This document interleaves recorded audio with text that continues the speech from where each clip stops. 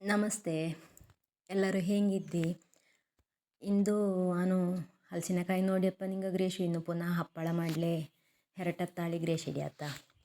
ಆನಿಂದು ಹಲಸಿನಕಾಯಿಂದ chips ಮಾಡೋದು video ಮಾಡಿದ್ದೆ. ಹಾಗೆ ಒಂದರೆ ನಿಂಗೆ ಗೊತ್ತೇ ತೋರಿಸುವ ಆಳಿಂದು ಗ್ರೇಶಿದ್ದದು ಆತ. ಮಾಮೂಲಿ ನಾವು ಮೊನ್ನೆ ಯಾವಾಗ ಹಪ್ಪಳ ಮಾಡುವಾಗ ನಾನು ಕಟ್ ಮಾಡಿದ್ದೆ ಅಲ್ಲದೆ, ಹಾಗೆ ಕಟ್ ಮಾಡಿ ಕೊರದು ಎಲ್ಲ ಮಾಡ್ತೆ. ಆದರೆ ನಮ್ಮ ಹಳ್ಳಿಲೆಲ್ಲ ಮಾಡುವಾಗ ನಾವು ಹಲಸಿನಕಾಯಿ ಚಿಪ್ಸ್ ಮಾಡುವಾಗ ಎಷ್ಟು ಬಂಗ ಉತ್ತುಳಿಂದಾನು ಎಂದು ಹೇಳೋದು ಆತ. ನಾನು ಹಲಸಿನಕಾಯಿ ಎಲ್ಲ ಮಧ್ಯಾಹ್ನವೇ ಕೊರೆದು ಸಜ್ಜಿ ಮಾಡಲಿ ನನಗೆ ಜನ ಇತ್ತಿದ್ದ ಅಷ್ಟಪ್ಪಾಗ ನನ್ನ ಅಮ್ಮ ನನ್ನ ಮಗ ಎಲ್ಲ ಇತ್ತಿದ್ದ. ಹಾಗೆ ನನಗೆ ರಜೆ ಸುಲಭ ಆತಂಬಾಗ ಹಾಗೆ ಸಜ್ಜಿ ಮಾಡಿ ಕ್ಲೀನ್ ಮಾಡಿ ಎಲ್ಲಪ್ಪ ನಮಗೆ ಮನೆ ಕೆಲಸ ಬಾಕಿ ಎಲ್ಲಪ್ಪಾಗ ಒಟ್ಟಿಗೆ ಮಾಡುವಾಗ ಕಸ್ಲೆ ಆಗುತ್ತಿದ್ದ ಆತ.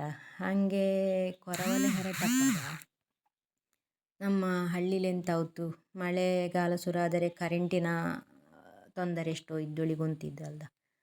ಯಾವಾಗಲೂ ಹಾಗೆ ಚಿಪ್ಸ್ ಮಾಡಲೆ ನಾವು ಹೆರಟಪ್ಪಾಗ ಕರೆಂಟು ಹೋಪದು ಜೋರು. ಅದು ಚಿಪ್ಸಿಂಗುದೇ ಕರೆಂಟಿಂಗು ಆಗಿ ಬತ್ತಿಲ್ಲ ಹೇಳಿ ಕಾಣ್ತು. ಹಾಗೆ ಕರೆಂಟೆಲ್ಲ ಇಲ್ಲದ್ದೇ ರಜ್ಜ ಭಂಗ ಬಂದುಕೊಂಡು ಚಿಪ್ಸ್ ಎಲ್ಲ ಮಾಡಿ ಎಲ್ಲ ಆತು ಹೆಂಗಾದರುದೇಳಿ ಹೇಳಕ್ಕೂ. ಹಾಗೆ ಚಿಪ್ಸುದೇ ಖಾಲಿ ಆಯಿತು ಬೇಗ. ಹೇಳಿದರೆ ಹಲಸಿನಕಾಯಿ ಚಿಪ್ಸ್ ಅಪರೂಪಕ್ಕೆ ಸಿಕ್ಕುವ ಕಾರಣ ಡಬ್ಬಿಲಿ ಹುರಿದು ಮಡಿಗೆರೆ ಮೊಬೈಲ್ ನೋಡಿಕೊಂಡು ಕಸ್ಲೆಪ್ಪಣ ಹೊತ್ತಿಂಗೆ ಮಳೆ ಎಲ್ಲ ಬಪ್ಪಾಗ ತಿಂಬಾಗ ಖಾಲಿ ಅಪ್ಪದೇ ಗೊತ್ತಾಗುತ್ತಿಲ್ಲ. ಡಬ್ಬಿ ಖಾಲಿಯಾಗಿ ಕೈ ಪುನಃ ಹೋಪಗಳೇ ಗೊತ್ತಪ್ಪದು. ಡಬ್ಬಿ ಖಾಲಿ ಆತಣ್ಣೆ ಹೇಳಿ ಅಲ್ದಾ. ನಿಂಗಳಲ್ಲಿಯೂ ಹಿಂಗೆ ಹೇಳಿ ಹೇಳಿ ಆತ.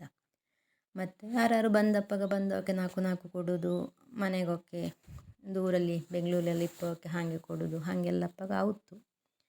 ಹೀಗೆಲ್ಲ ಸಜ್ಜಿ ಮಾಡಿ ಹೀಗೆ ಸೊಳೆಯಿಂದ ಕಸ ಅದೆಲ್ಲ ತೆಗೆದು ಲಾಯಕಕ್ಕೆ ಕಟ್ ಮಾಡಿ ಹೀಗೆ ಸಪೂರಕ್ಕೆ ಕೊರೆ ಇಕ್ಕಿದ. ಅದುವೇ ದೊಡ್ಡ ಕೆಲಸ ಅಪ್ಪದು.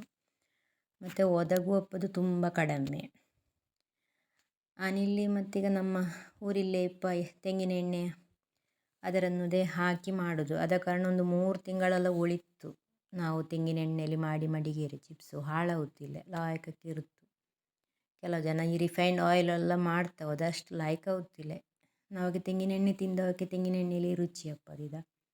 ಹಾಗೆ ಉಪ್ಪು ನೀರನ್ನು ಮಾಡಿ ಮಡಗಬೇಕು ಸ್ಟ್ರಾಂಗಾಗಿ. ಈಗ ಎಣ್ಣೆ ಬಿಸಿ ಆದಪ್ಪಾಗ ನಾವೊಂದು 3-4 ಮುಷ್ಟಿ ಹಾಕಿ ಅದರ ಲಾಯಕಕ್ಕೆ ಬೇಯಿಸಿಕ್ಕೆ ಮತ್ತು ಅರ್ಧ ಬೆಂದಪ್ಪಾಗ ಉಪ್ಪು ನೀರು ಮತ್ತು ಬೇವಿನ ಸೊಪ್ಪು ಬೇಕಾದ್ರೆ ಬೇವಿನ ಸೊಪ್ಪು ಎಲ್ಲ ಹಾಕಿ ಲಾಯಕಕ್ಕೆ ಹುರಿ ಹಾಕಿದ. ಅರೆ ಒಳ್ಳೆ ರುಚಿ ಆಯಿತು ಮಾತ್ರ ತಿಂಬಲೆ. ಮತ್ತು ನಮಗೆ ಎಲ್ಲ ಹಲಸಿನಕಾಯಿದು ಚಿಪ್ಸ್ ಮಾಡಲಿ ಹಿಡಿತಿಲ್ಲ. ನಾವೆಂತ ಮಾಡಕ್ಕೊಳ್ಳಿ, ಪ್ರತಿ ಸತಿ ಬೆಳೆದ ಹಲಸಿನಕಾಯಿ ಸಿಕ್ಕಿಯಪ್ಪಾಗ ಅದರೊಳ್ಳೆ ಬೆಳೆ ಹಾಕಿದ.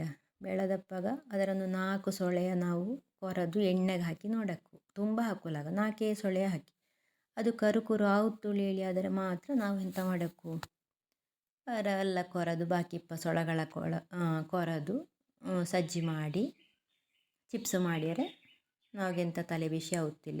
ಇಲ್ಲರೆ ನಾವು ಸುರುವಿಂಗೆ ಒಂದೇ ಬೆಟ್ಟಿಂಗೆ ಮೊದಲೇ ಚಿಪ್ಸು ಲಾಯಕ ಕೋಳಿ ಗ್ರೇಶಿ ಕೊರೆದು ಎಣ್ಣೆಗೆ ಹಾಕಿಯಪ್ಪಾಗ ಅದು ñಂಗು ಆದರೆ ಸುಮ್ಮನೆ ವೇಸ್ಟ್ ಅಲ್ಲ. ನಾವು ಮಾಡುವ ಕೆಲಸ ಎಲ್ಲ ವೇಸ್ಟ್ ಆಗುತ್ತಿದೆ.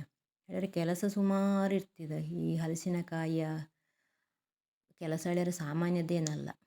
ಈಗ ಇದು ಅರ್ಧ ಕೆಂಪಾದಪ್ಪಾಗ ನಾನಿದಕ್ಕೆ ಉಪ್ಪು ನೀರು ಕೊಟ್ಟೆ.